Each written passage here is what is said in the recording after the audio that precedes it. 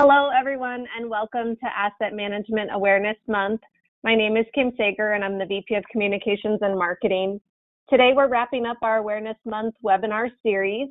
Before we get started and I introduce today's speaker, I'd like to run through some of the logistics.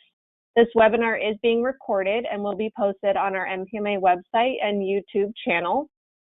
If you're an active NPMA member logged in and listening today, you will automatically receive CEU credit. The slides for today's presentation are posted in the handout section of GoToMeeting. And then lastly, if you have any questions during the presentation, please write them in the question box and we'll review them as we can. Now I'd like to introduce today's speaker, Ms. Connie Aaron. Connie is a program analyst for a federal agency of government-wide policy with more than 30 years of experience in federal fleet management.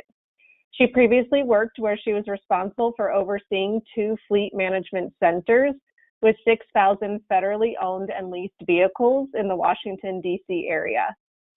Connie holds the designation of Certified Federal Fleet Manager through MPMA.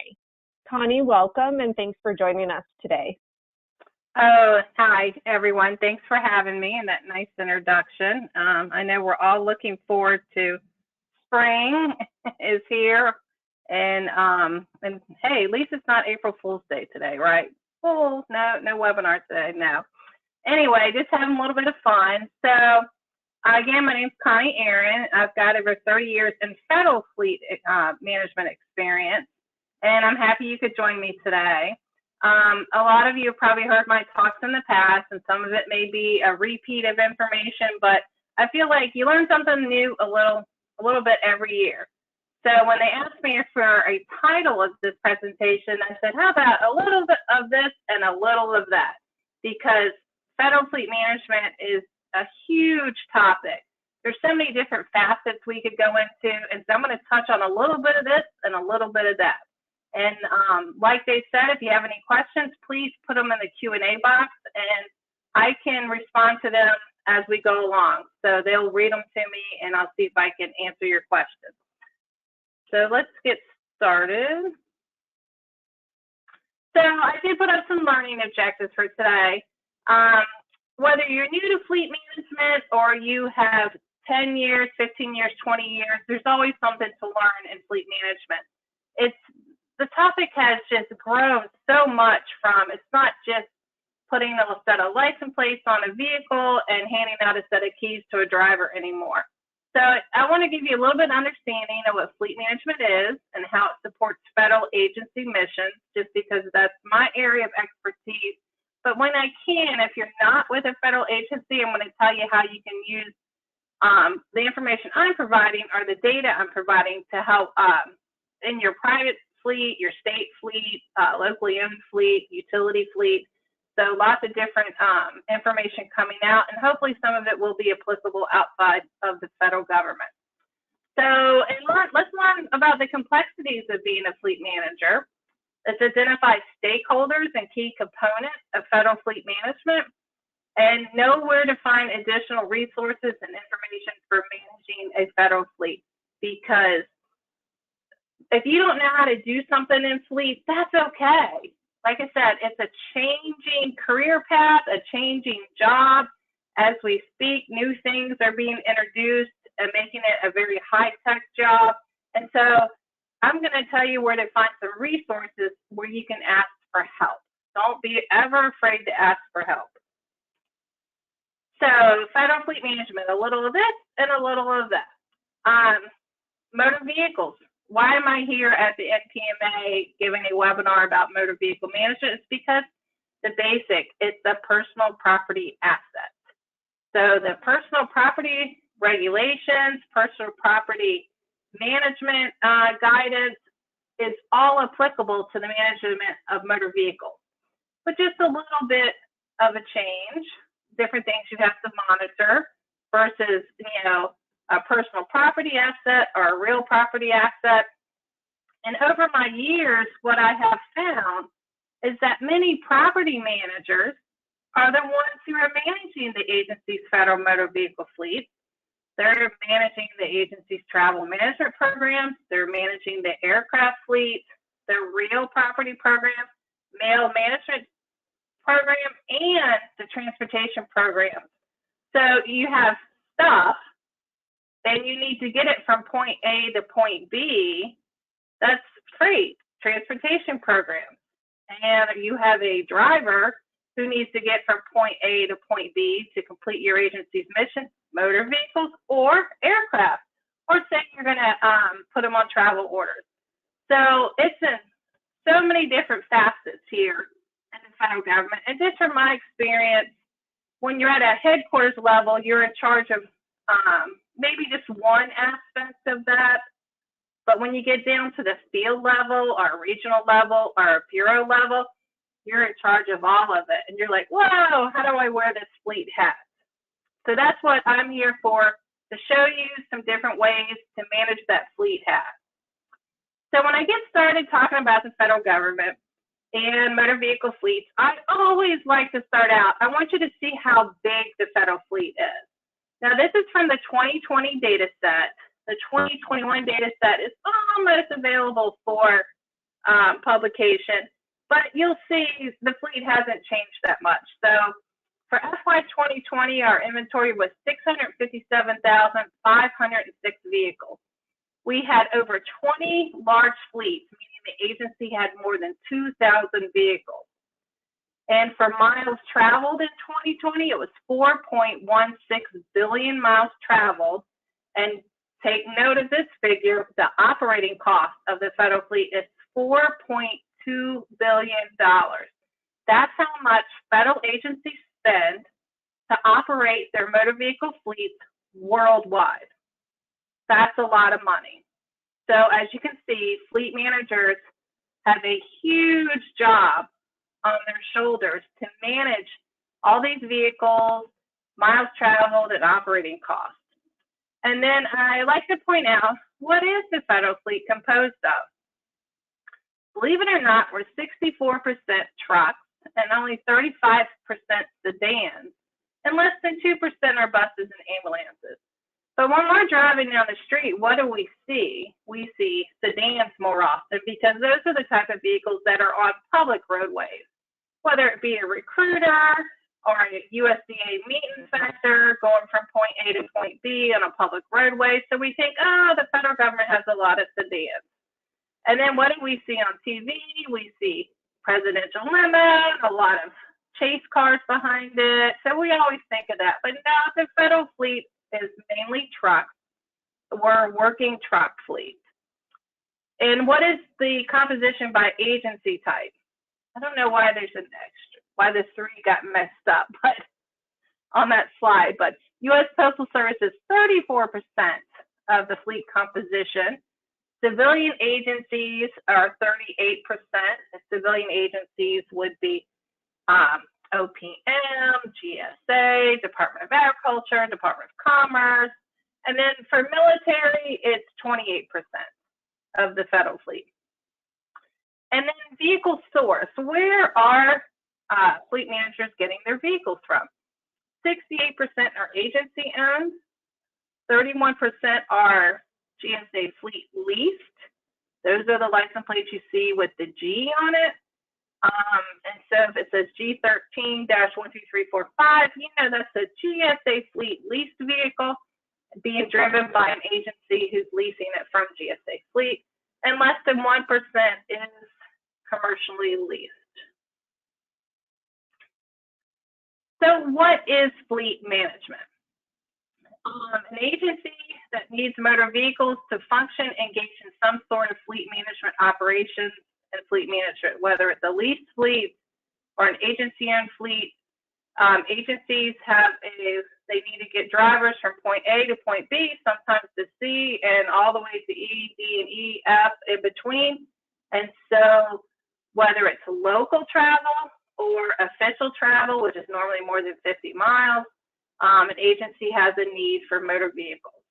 And the purpose of fleet management is to oversee all fleet acquisition and disposal activities, in-use management of motor vehicles, including maintenance, in order to increase productivity, and help your agency meet its missions requirements, because that's what we're doing, is we're providing vehicles so agencies can meet their mission requirements. If you're a USDA meat inspector, you need to get on the eastern shore of Virginia from one plant to another, and you're going to use a GSA fleet lease or agency and vehicle to complete your mission as a meat inspector. What makes fleet management unique in the federal government is we're actually managed by a regulation. And the government-wide regulation for all of fleet management in the federal government, non-tactical fleet, make sure everyone understands that everything I'm referencing to today is for the non-tactical federal fleet. But its federal fleet management is regulated by 41 CFR 102-34, motor vehicle management, and that just makes us unique. If you're a private company, you probably have a handbook, a fleet management handbook. So it's your version of a regulation. Ours just happens to be issued by a federal agency. So motor vehicle management, like I said, is the governing regulation over the federal fleet.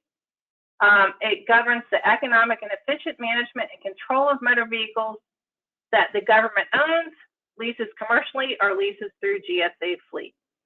So agencies will incorporate provisions of this part into their contracts for offering government furnished equipment in order to ensure adequate control over the use of motor vehicles. So it's written in plain language in question and answer format. It defines terms, vehicle types. You know, is it a truck? What's GVWR? It talks about sources of supply.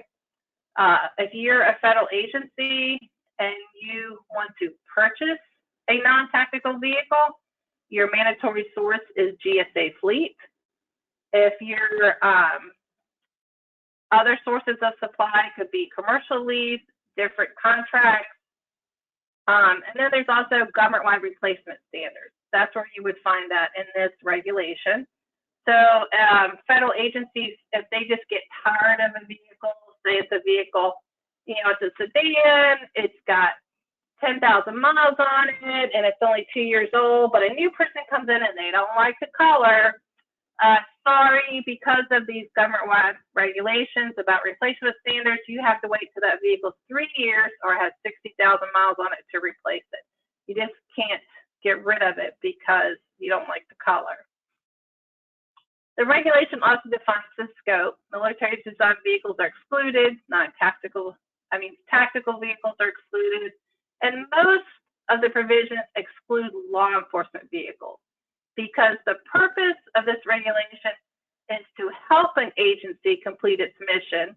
And GSA is cognizant of the fact that if it's a law enforcement mission, that there are things in a regulation which may impede that law enforcement officer from completing their duty.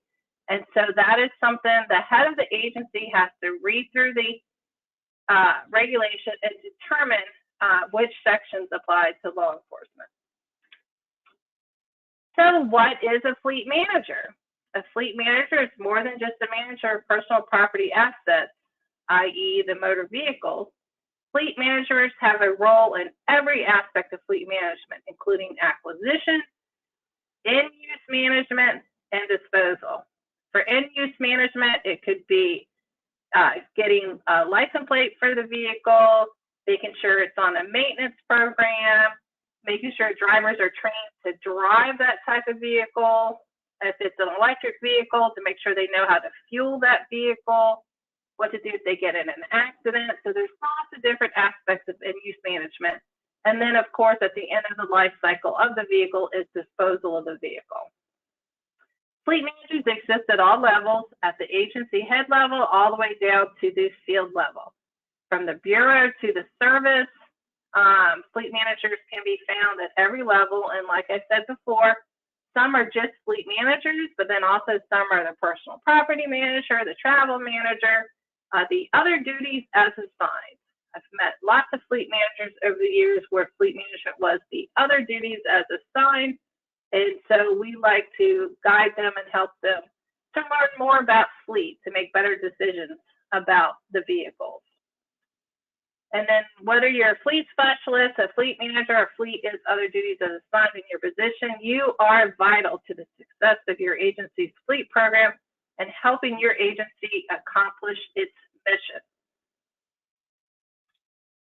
So just different roles of a fleet manager. People have seen this graphic over the years if you've heard me talk, because gosh, there's so many different facets to being a fleet manager. Sometimes you're a manager and you're a supervisor, and sometimes being a supervisor is a full-time job.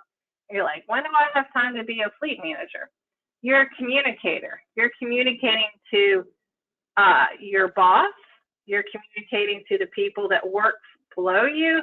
You're also communicating to the drivers of these vehicles, because you need to be able to communicate to ask them, what kind of vehicle do you need? What's your mission? Are you sure you really need that 4x4? Or do you just need a 4x2? You know, do you need a box van, or do you need a crew cab? What's going to help you get your job done? So communication is very important, and I'm going to talk a little bit about that later on. Financial analyst. This is the part of fleet management. Fleet management has really grown, because you're like, don't I just order a vehicle? What do you mean, financial analyst? So you're having to analyze data on how to actually acquire the vehicle, and do you have enough money to acquire it, and do you have enough money to justify that vehicle still being on the road? So financial analyst, got to be good with that. You're a vehicle technician. Driver calls you and says, hey, my car won't start, and your mechanic that you have on staff is busy. Oh, other places, they're like, oh, okay, we've had this problem with, say these Ford Explorers always having transmission issues. And so you're a vehicle technician. You're a procurement officer, because you're buying vehicles, you're buying maintenance repairs, you're getting vehicles fixed that have been in accidents, you're setting up preventive maintenance schedules, and you're getting contracts for preventive maintenance. And so you're also an environmental specialist. And I'm going to do a little bit deeper dive in this presentation on the environmental part of it, because it's what we're all seeing in the news is electrification of the federal fleet. You're a vehicle disposal manager. How do I dispose of these vehicles?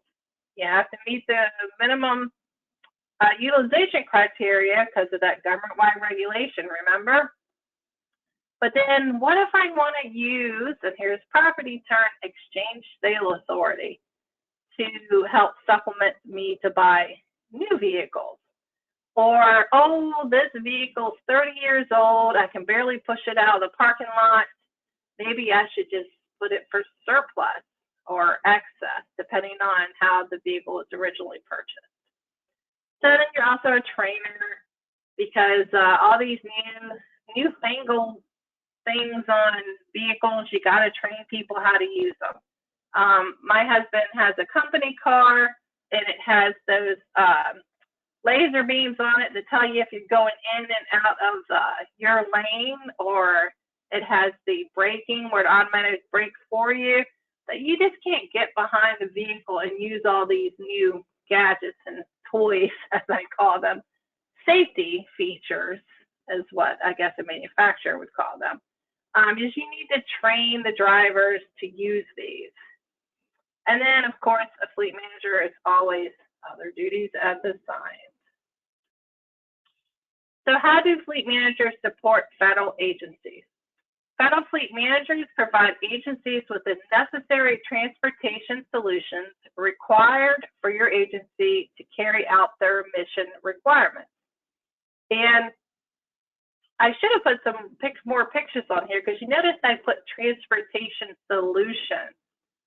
Sometimes now as a fleet manager, because you're having to deal with all the environmental regulations, you may be providing bikes or scooters as part of your fleet choices. It's not always just a motor vehicle. As you can see in the picture, there are some plug-in electric hybrid vehicles, which look like little fancy golf carts, I guess, with covers on them that are charging.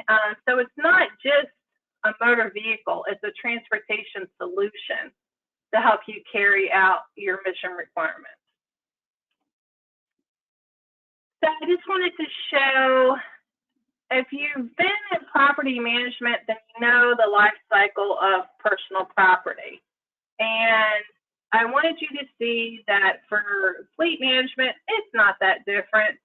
We acquire it, we have end-use management, and then we dispose of it.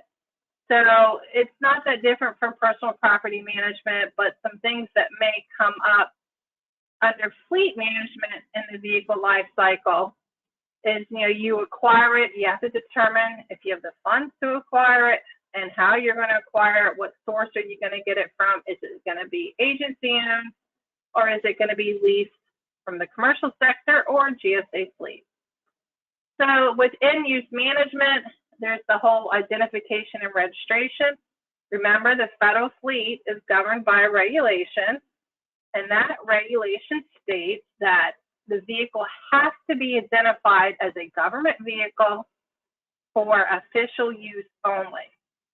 And way back when, if you've been around a while, you used to see government vehicles that would actually have it stenciled on the door or in the back window, official use only. So about 20 years ago, it was decided that the license plate would be the preferred location for identification and official use only. And then there are times where you don't want to be identified as a government vehicle, and particularly some law enforcement officers, and you can get state or undercover plates. So acquiring those state and undercover plates are part of the end-use management. In the federal government, we are unique, whereas maybe state or local governments, but especially for the federal government, official use is a big deal. So big, like I said, we actually put it on the license plate for official use only. And so agencies need to determine what is official use of a government vehicle. It's not something a regulatory agency determines. It's something that your agency has to determine.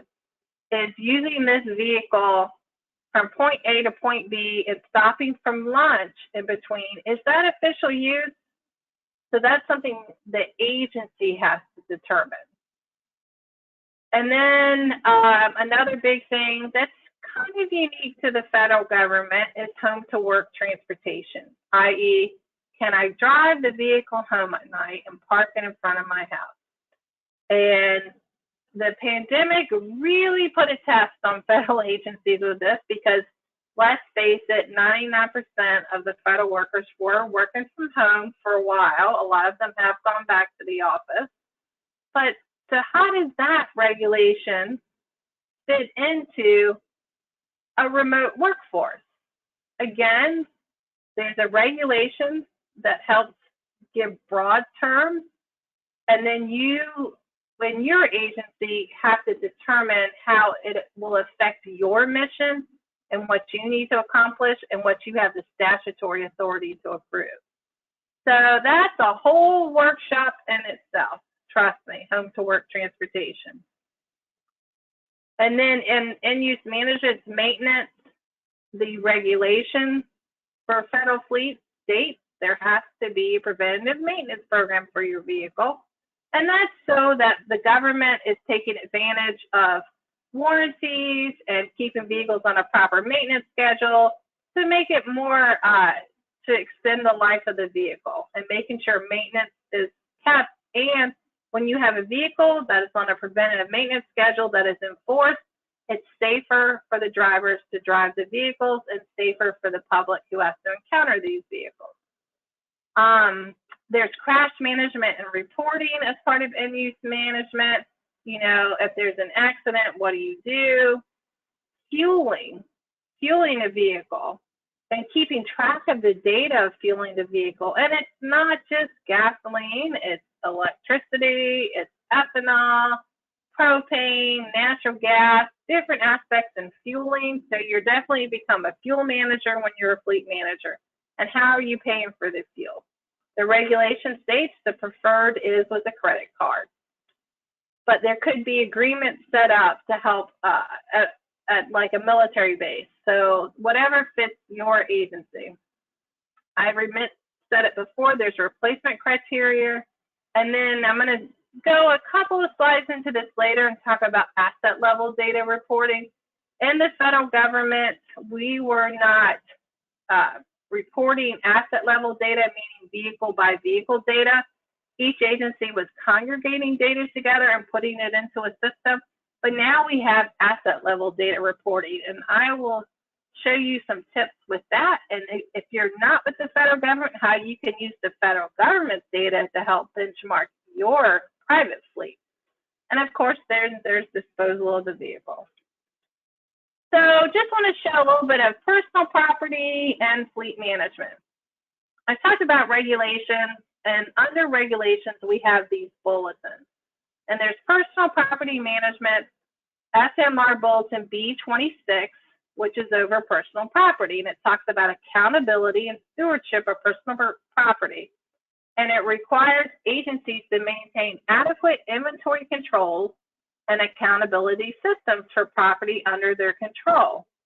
And a system can include information technology components as well as non-automated processes and procedures used to account for federal property. So you're like, wait, what does this have to do with fleet management? So here's a property bulletin, and I wanted you to see that in fleet, we have similar things. Along with the 41 CFR 102-34, we have some FMR bulletins out there. And I just put a few down to show that, you know, keeping track of inventory and personal property and data is important. And in fleet, it is too. So just a few of the bulletins I have up here are requirements for a management information system in federal vehicle fleet. FMR bulletin B15. And that's fleet. You're required to have a fleet FMIS, whether it's a commercial off-the-shelf system, COT, or GSA Fleet has a system called Fed FMS for agency-owned vehicles that they offer to federal agencies. And we talked about registering motor vehicles and where do we register the motor vehicles. You know, I had the old term in here. I just thought of that. We used to call it FMVRS, Federal Motor Vehicle Registration System, but it's the Federal Vehicle Registration System now. So I'm not sure if the acronym is, but there is a registration system out there for keeping inventory of license plates because license plates are a big security issue in the federal government. And then we have a system called FAST, Federal Automotive Statistical Tool. And that's where everyone is loading their asset level data, motor vehicle data, into one system and compiling it up into different reports, reporting requirements, whether it's an OMB reporting requirement or Department of Energy or a GSA reporting requirement. It all this data on the federal fleet goes into one system. So as part of a fleet management program, we have something called vehicle allocation methodology, and we call it VAM for short. And it's a study that an agency has to perform at least every 5 years, or when there's a major mission change in the agency. And the study involves surveying drivers to find what they're using their vehicles for. And when the surveys come back, the head of the agency will determine what size and types of vehicles will be in that agency's fleet. It's a property management tool. So VAM is a property management tool used by agencies to determine the types of vehicles they're going to use and how many vehicles they're going to use to get their mission accomplished. And then I just threw this in because a lot of people forget when you're looking at motor vehicle fleet operations, you really need to get a handle on indirect costs. You need to capture all those costs, including indirect costs, in managing the federal fleet. And so this bulletin, B38, defines what is an indirect cost, whether it's rent for the building or overhead costs from, your budget office or personnel. So collecting indirect costs helps get you a complete picture of how much your motor vehicle fleet operations is costing. I mentioned this earlier, asset level data. I kept this in the presentation. I think I had this in here last year too. It's because it's the biggest change we've had in the last 20 years. Meaning, we used to collect data at an aggregate level by federal agency, but now federal agencies are putting actual motor vehicle level data into FAST, the Federal Automotive Statistical Tool. So agency motor vehicle records are passed electronically from the agency's management information system to the GSA DOE reporting system that we call FAST, Federal Automotive Statistical Tool. But it's all cost, mileage, fuel, indirect costs, depreciation, and then GSA publishes an annual motor vehicle report, and I'll show you where to find that. As part of the Federal Fleet Report, they have this really cool tool called the Federal Fleet Inventory Tool. So to get to that, how do you find it? You can just Google Federal Fleet Report, and then this little paragraph is going to come up, and you're going to click on Federal Fleet Inventory Tool. A lot of people forget this is here. It's an open data set. It was part of the data to decisions the government moved to, I guess, back in 2014. And as you can see, there's multiple data sets available. And so you can dive in deep each year to see trends in the federal fleet, how much will it cost per mile. Say it's a heavy duty vehicle, truck fleet, what's their cost per mile? Okay, what's the cost per mile for the sedans? So anyone has access to this. It's an open website. And these are some of the dashboards you can show. To the right are all these toggles you can pick, ownership type, miles traveled, whether it's agency owned or commercially leased or leased from GSA fleet. Anything type of data you can think of. I just have to take a picture of the miles traveled one so you could see. You can pick the types of vehicles, whether it's domestic or foreign fleet, and then you can pick agencies. There's going to be drop downs, like if you want to know what the Army costs per mile and running their fleet versus the Commerce Department cost per mile. You can bring up data that shows both. And what that all comes from, the data is built in from FAST, the Federal Automotive Statistical Tool. And so DOE also publishes data from FAST, and it's called Federal Fleet Performance Data. And it shows AFE acquisition, agency inventories, fuel consumption, and talks about their collection methodologies. So all this information comes together. So you can use this federal fleet data to benchmark your own fleet.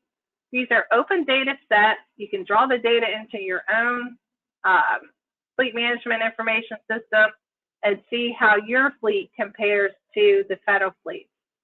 And then what else? What does the federal government use this data for? We use it to manage the fleet. It helps to justify the fleet if you have vehicles that are due for replacement, and you can make a graph showing how old the federal fleet is or how old your buses are. It helps you justify monies for new vehicles.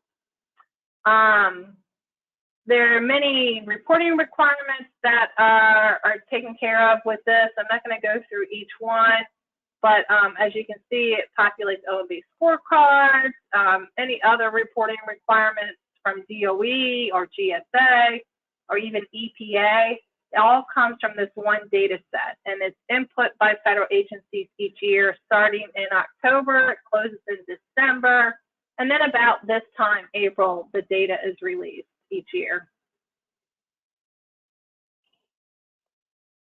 So you can't talk about federal fleets unless you talk about regulations. That's what makes us unique from, say, a private sector fleet, because the federal government likes to have regulations to help agencies manage their fleets to be efficient and effective and meet the agency's mission.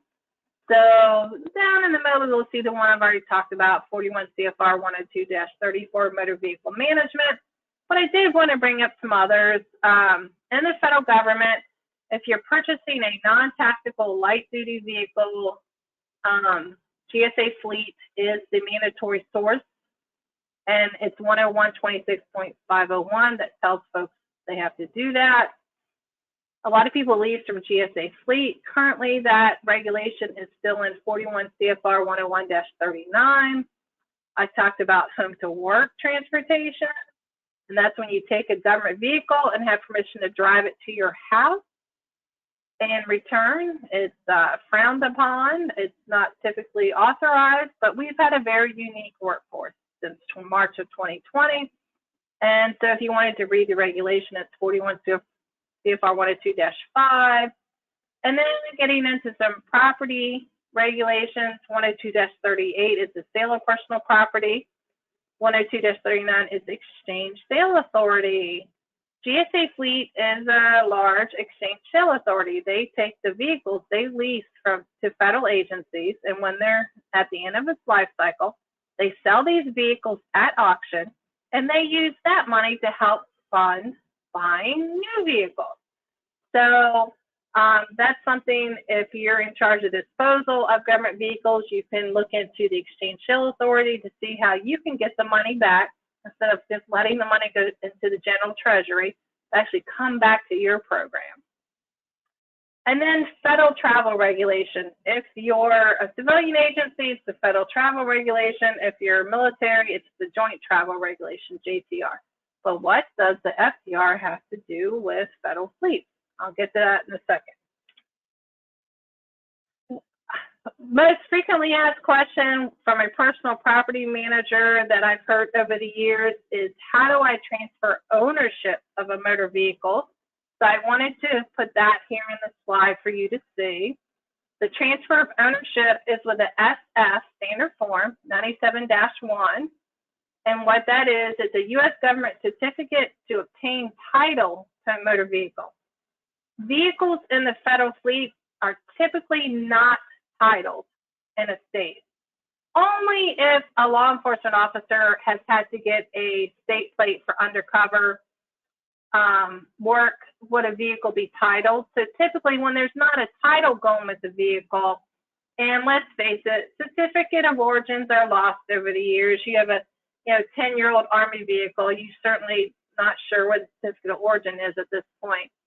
So standard form 97-1 is accepted throughout the United States, and it's what is used when we dispose of a vehicle, sell it to the general public, and they take that SF 97-1 to their local DMV, who will title the vehicle for them as the new owner. And I already brought up the two regulations below, 102-38, 102-39. Okay, so travel. This is a fleet management class. Why am I talking about travel regulations? Because this is most frequently asked question I get with regards to travel. And so how many miles can I drive a GOV in one day? I don't know. How many miles can you drive a GOV in one day?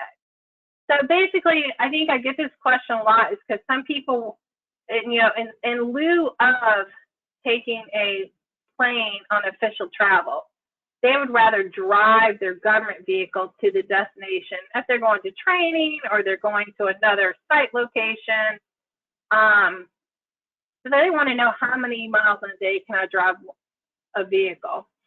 But so that is not really in the fleet regs, but it's a travel question. So that's why I wanted to tell you about the federal travel regulation. So it's like, are there official travel orders that have been issued? And was the most advantageous mode of transportation selected?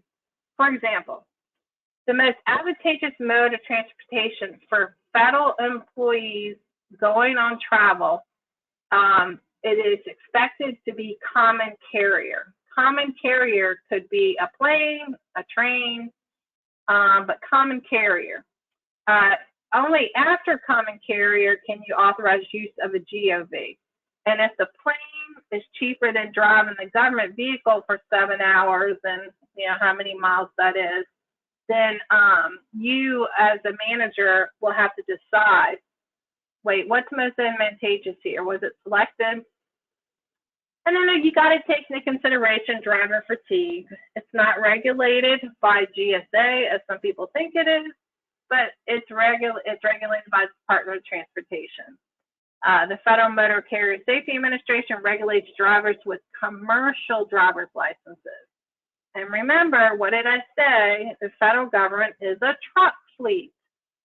So as a fleet manager, do your drivers need a CDL for some of these trucks or specialized trucks or heavy trucks they're driving? And do you need to keep track of hours of service, the miles? There's electronic logging devices, ELDs, that are required. And so it gets a little complicated when it comes to that. But this is where the federal travel regulation meets fleet management. And this is a question I've seen often over the years. So just, and then the other one is, what can I use a government vehicle for when I am TDY?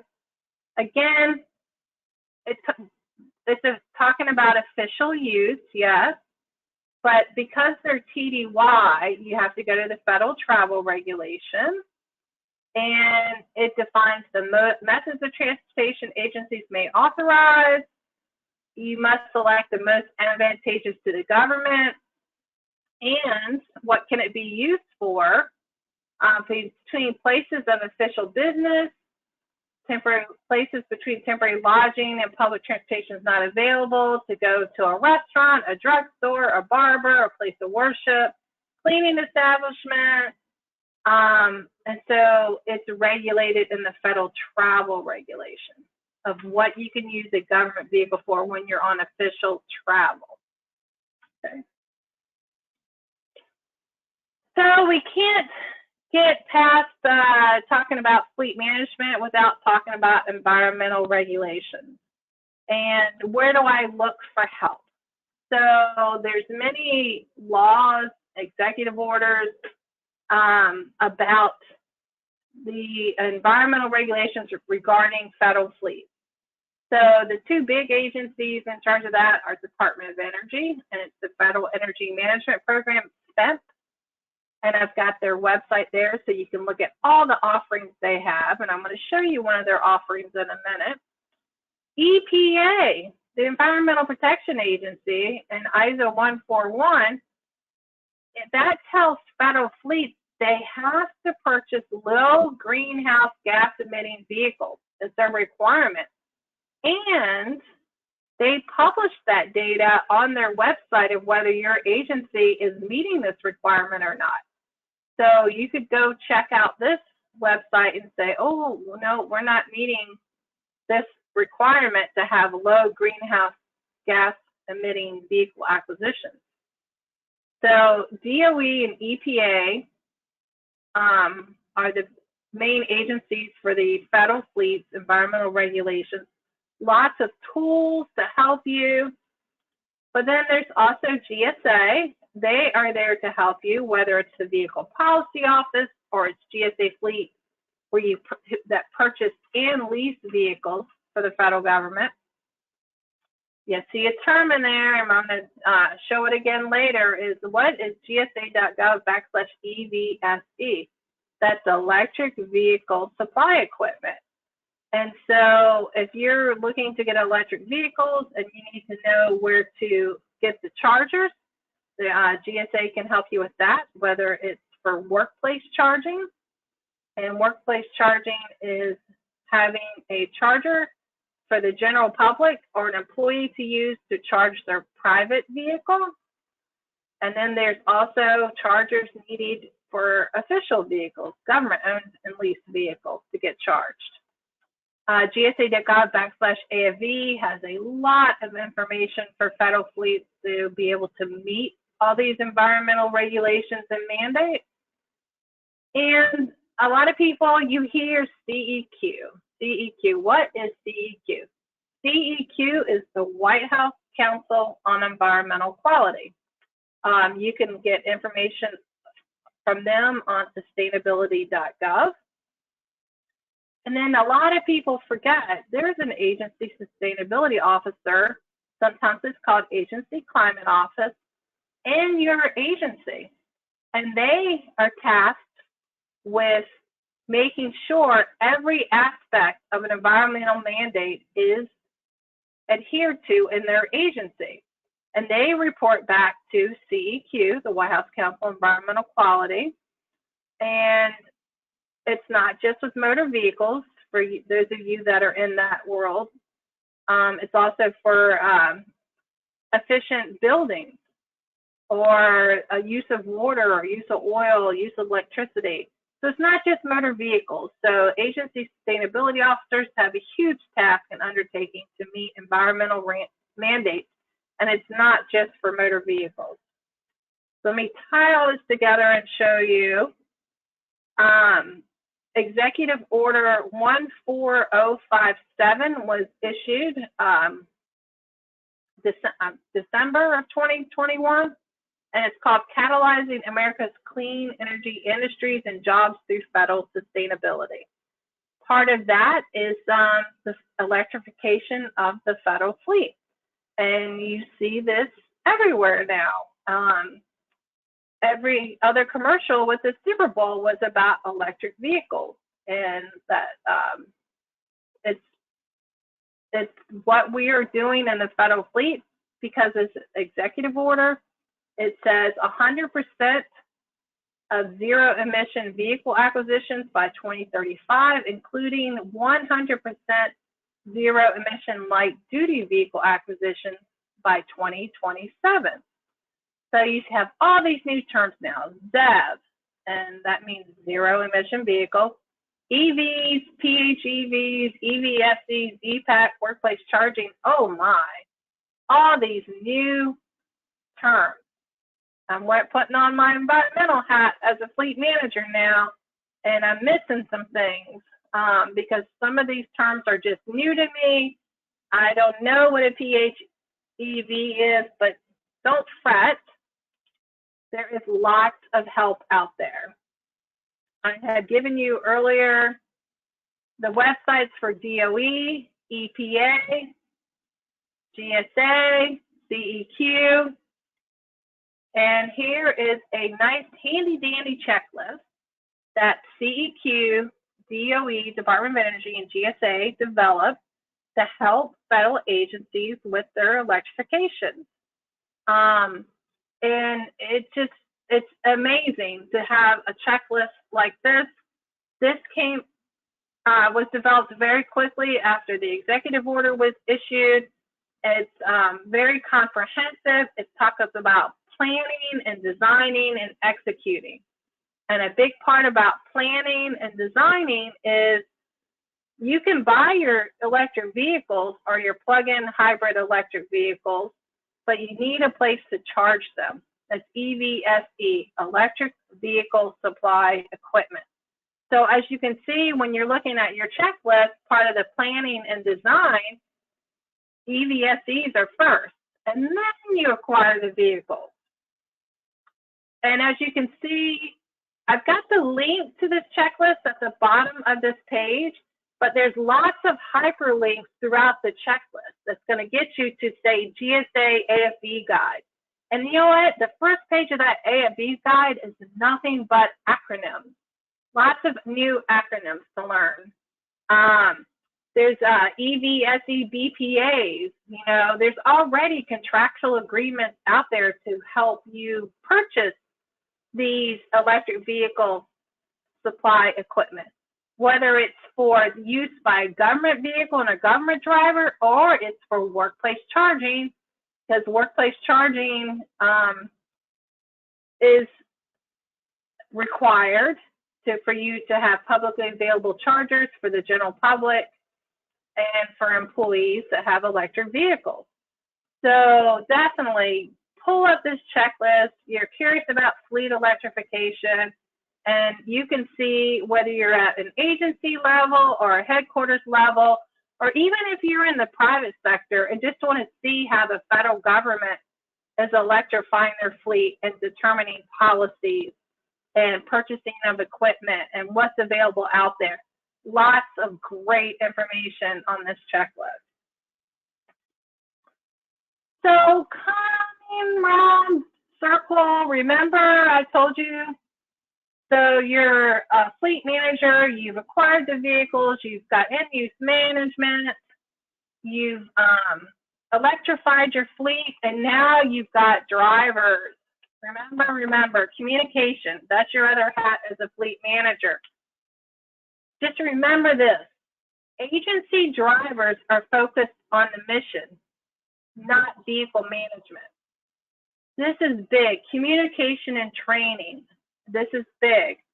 So you got this new nice fancy electric vehicle, and you're just gonna have them come pick it up and say, see ya, wait, hold on, wait, what's the range on this thing? Range anxiety is real, people. So if you're a meat inspector going from point A to point B on the eastern shore of Maryland, and you normally do, say 210 miles a day in your government vehicle, and all of a sudden you're given an electric vehicle that only has a range of 160 miles, where are they going to charge in the middle of the day? So just remember, agency drivers are focused on the mission, not vehicle management. So you need to communicate. Communicate to senior management up and to the field fleet managers, to drivers. Communicate all the way up and down. It's critical to the success of your fleet program, especially when influencing driver behavior and introducing new initiatives. Fleet electrification will not succeed if you don't train your drivers and teach them where they can get their vehicles charged, and not to worry about range anxiety. Just different ways to communicate. Here, this is available. You can download it from the program. I have the handout, but I've got in there training, communication, intranet site, putting things in the glove box. Where do I go for policy questions in my agency? Number one, go to your agency fleet manager. Always consult your general counsel's office within doubt. Look for agency directives and guidance documents. Every agency has a guidance document about fleet. I can usually find it with a simple Google search. Talk to your agency travel manager. And then if you have contractors using government vehicles, stay in communication with a contracting officer that has that contract employee there. They will tell you what the contractor can and can't do with a vehicle. And don't forget, your most valuable assets is to ask your general counsel's office and your fellow fleet managers. So there's a list of your fellow fleet managers on the internet at GSA's policy page. Just some regulatory resources for you. And then with 5 minutes to spare, so I just wanted to bring this up real quick. So remember, we're unique in the federal fleet. We've got Congress looking at us all the time. If you want to read some really good reports about thorough analysis of the federal fleet, go to GAO's website. You will find analysis of the federal fleet, like this one I put up here is from 1994, but they have them as soon as last year. And then I always like to joke, it takes an act of Congress to actually purchase a vehicle in the federal government, because really it does. Agencies have to look at their appropriation bills to see if the language, and I copied some language, this is Army, the purchase of passenger motor vehicles for replacement only are in the budget. So this was a little of this and a little of that. I talked a lot about a lot. Know your inventory, meet your customers, understand their missions, develop training, manage your budget, explore alternate forms of transportation, communicate internally and externally, and always ask for help. And I wanted to give a plug for NPMA's certification program and the National Education Seminar coming up at the end of August in Dallas, Texas. And if there's an Innovations in Fleet Management Award that's given out each year at NES, entries are due May 16th, and it has to be on a project that was completed by December 31st, 2021. So I have those links up there too. So that's all I have. I kind of rushed it at the end, but you can get a copy of the presentation. I was just giving more information out because I wanted to get to this before time was up. So, but thank you for listening today, and feel free. I guess we have a couple minutes for questions. Yeah, Connie, I have one that came in, but I wanted to let you finish because I think you can just answer it, and it didn't matter chiming in. So the one question was, does 100% zero emissions LDVs by the end of FY 2027 mean that an agency must be 100% by the end or the start of October 2027? You know, that's a good question, and I don't know if it's calendar year or our FY year, including like to do vehicle acquisitions by 2027. I'm going to go with end of calendar year. If I'm wrong, I'll let y'all know. I'm not sure. Okay, sounds good. Thanks. Yeah, Thanks, you can Connie. pull up the executive order, and so the implementing guidance to this executive order for fleet management isn't out yet. We keep hearing it's coming soon, coming soon, coming soon. So when the implementing guidance comes out for this executive order, it's going to give you an exact date, and you're going to find it at this website right here. Where is it? At sustainability.gov. So for sustainability.gov, keep an eye out for implementing instructions for Executive Order 14057. It took me a minute to think why I don't know the exact date, and that's why. The White House hasn't issued the implementing instructions yet.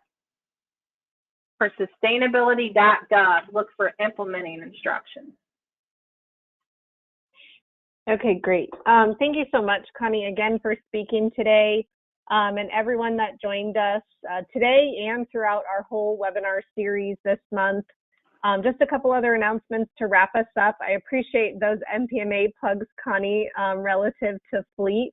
Also, we have our 2022 member survey that's been going on the whole month of March. We've actually extended that date until the end of April. We encourage everyone who has not participated yet to go in and take that member survey. Your feedback is very important to us. We'll randomly be selecting winners at the end of the survey. For those who participated, there are Amazon gift cards and an NPMA voucher up for prizes. And then also today is your last day to get the NPMA men's and women's polo shirts. All the proceeds go to the NPMA Foundation. The polo shirts are $35 plus shipping and handling, and then they'll be delivered directly to you. You can find out all that information on the Asset Management Awareness Month page or in yesterday's news flash. So I hope everyone enjoyed their time today. And then again, thank you, Connie, and have a great rest of your day. Thank you. Thanks. Bye. Bye.